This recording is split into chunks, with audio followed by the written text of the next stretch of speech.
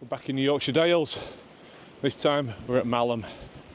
We're going to do a trio of landmarks on this little circular walk. So we're parked at the Malham Visitor Centre, room for about 50-60 cars maybe, and I'll put the what three words on the screen now. So from the car park, headed through the village. Malham's a lovely little village, little tea room, a couple of pubs, one or two little shops. It's well worth exploring.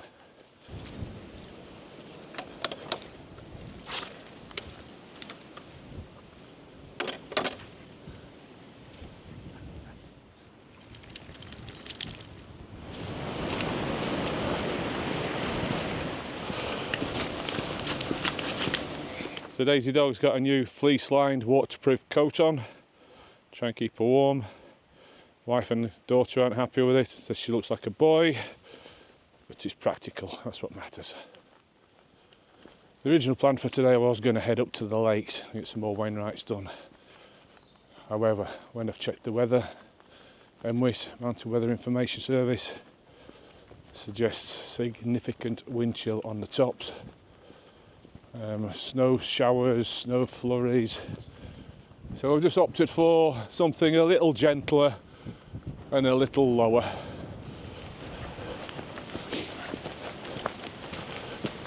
And just at the start of the path that leads you to Malham Cove, there's a reminder, keep your dogs on a lead.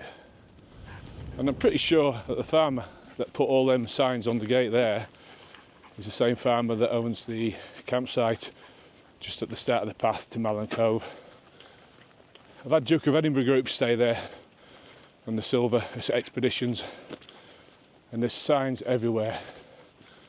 No DV in here, do not wash your boots in the sink, no more than 2 people in the toilets at a time.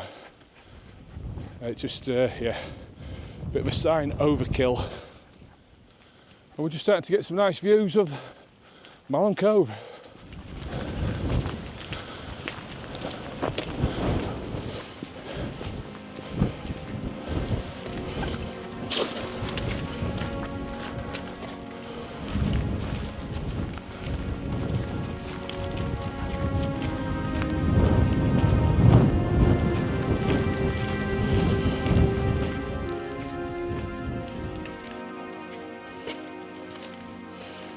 Come on.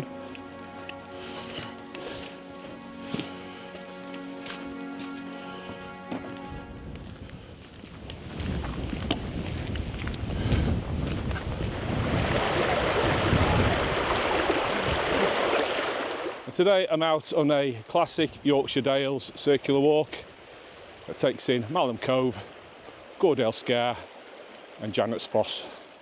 And the beauty about this walk is that it packs in more drama in a few miles than most walks do in a lifetime.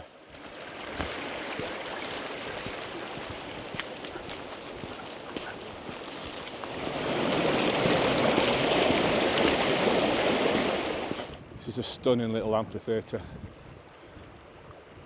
At the end of the last ice age, that was a waterfall. However, these days, water's managed to find a way underground. I think it was a couple of years ago that after heavy rain there actually was a waterfall coming over the top of that. We'll go to the bottom of it and have a look up. And you can't get over how clear this water is. Today we should see some dipper, fingers crossed. Maybe not on this section, but from Janet's Foss back down to Malham we should see some.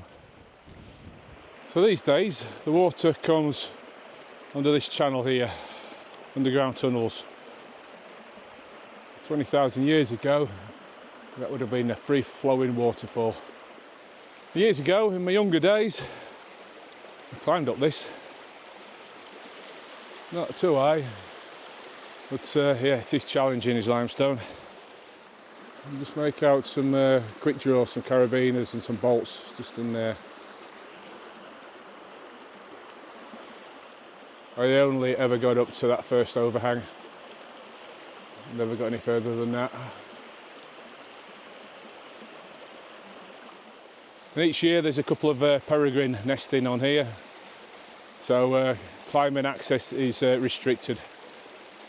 And I do believe that they actually set up scopes so you can watch the peregrines.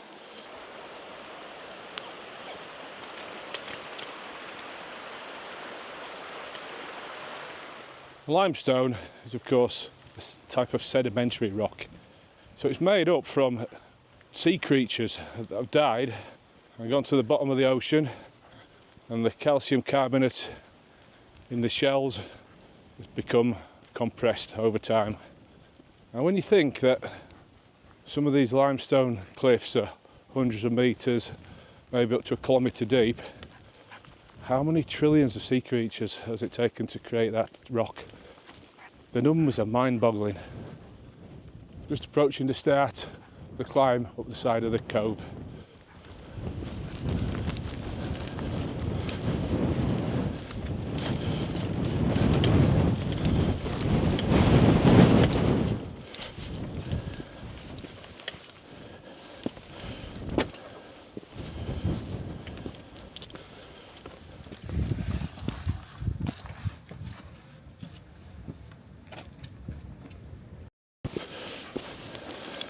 So I've been up here quite a few times,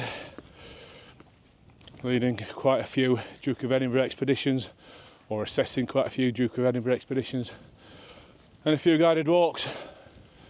And one of the guided walks a few years ago was actually a green woodpecker in the woods to the left. It's been a while since I've seen one of them. Also known as yaffles, because of the noise that they make. Very distinctive noise. I'll put it on now.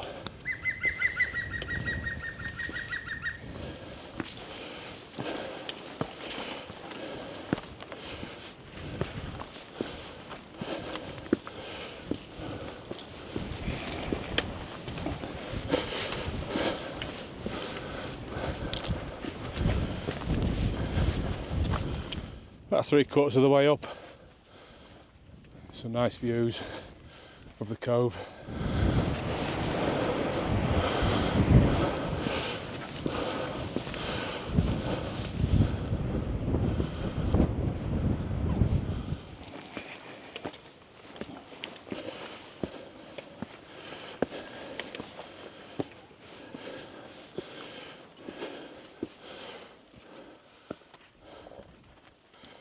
Last few steps.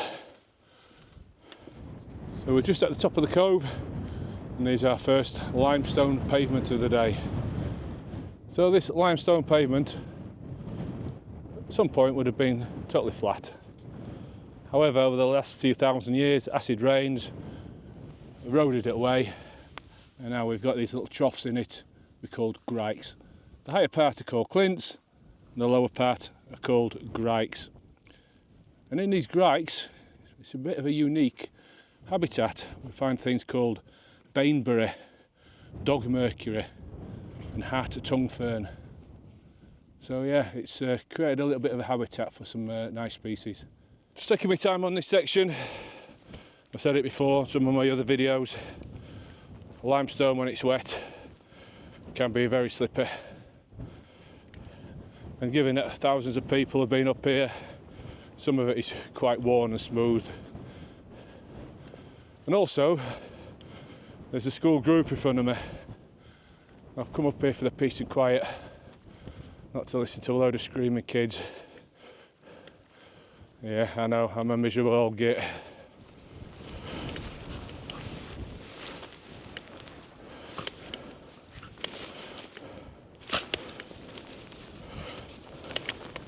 Have you got that out of your system? Come on in. We've just come to another little valley. I'm not sure if this was carved out by glaciers or glacial meltwater, but if we head that way, that'll take us to Malham Tarn. So Malham Tarn is another unique geological feature in the Yorkshire Dales. You don't get many lakes or tarns on limestone because there's so many fissures and cracks and gaps.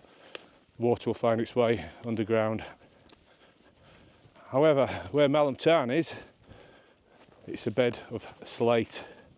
so the water doesn't seep through the limestone. Maybe a future video we'll go up there, there's plenty of wildlife up there.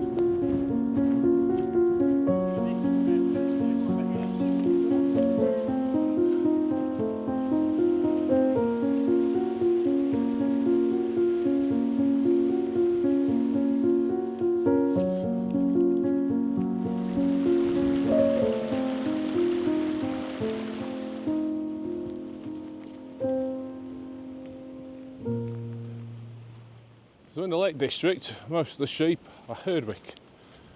Here in the Yorkshire Dale, most common breed, Swale Dales. Freshwater spring here. Really does make you wonder what's under your feet. And then when we get around the corner here, it's quite an impressive sight.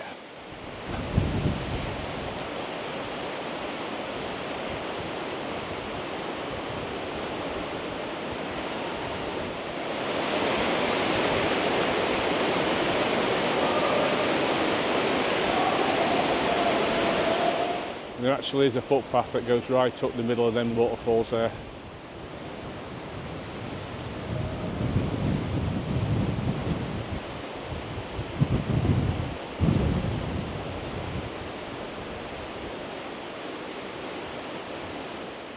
There's a few yew trees, hawthorns and elder trees hanging on for dear life on the edge of these cliffs here. So that's Gordale Scar. Another limestone feature that's been created through glacial meltwater, and I believe it is actually a cavern that's actually collapsed. So it was an underground cavern and basically the roof's given in.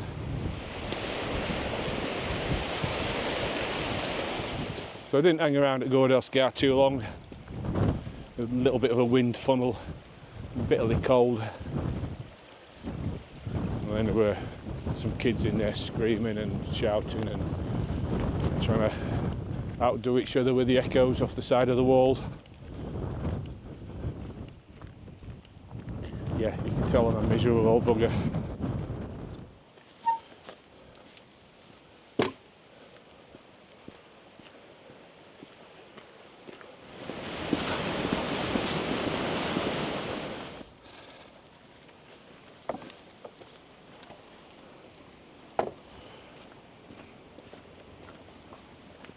Just down here is Janet's Foss. So Foss is an old Norse word for waterfall, and supposedly the fairy that lived here behind the waterfall was called Janet, hence Janet's Foss.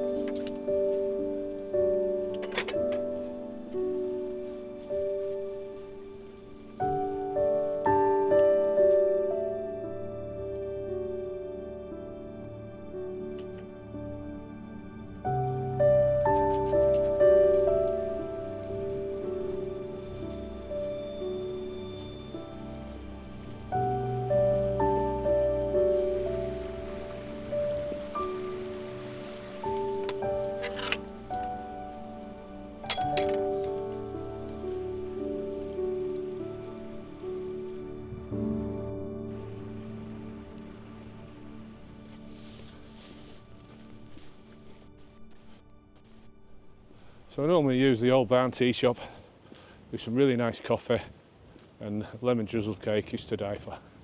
But it's closed today, unfortunately, so we're going to see what the other two pubs have got to offer. So there's two pubs in Malham, the Buck Inn and the Lister Arms.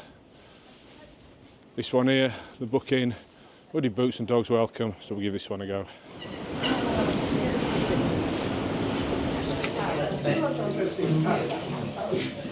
So I just had a lovely tomato soup, or soup of the day, and coffee at the Buck Inn.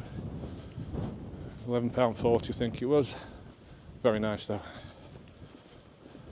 Nice, lovely, warm, friendly atmosphere.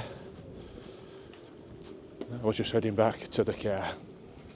So regular viewers might notice that I've said car. The van is in the great van graveyard in the sky. Failed its MOT last week. It's going to cost me thousands to get it back on the road. So it's just not financially viable. So, got a car instead. So that's me back at the car after a circular 5-mile walk at Malham, visiting 3 iconic landmarks in the area, and that's Malham Cove, Gordale Scar and Janet's Foss. And we finished off with a soup of the day and a coffee at the Buck Inn in the middle of Malham. So it's been a cracking day. I managed to stay dry. There's a little bit of drizzle just coming in now, so we've timed that just right. It's just going 2 o'clock now. So a couple of hours drive heading home. Yeah, I have enjoyed it. If you've enjoyed it, don't forget to give us a like and subscribe. And until next time, that's me signing off, and thanks for watching.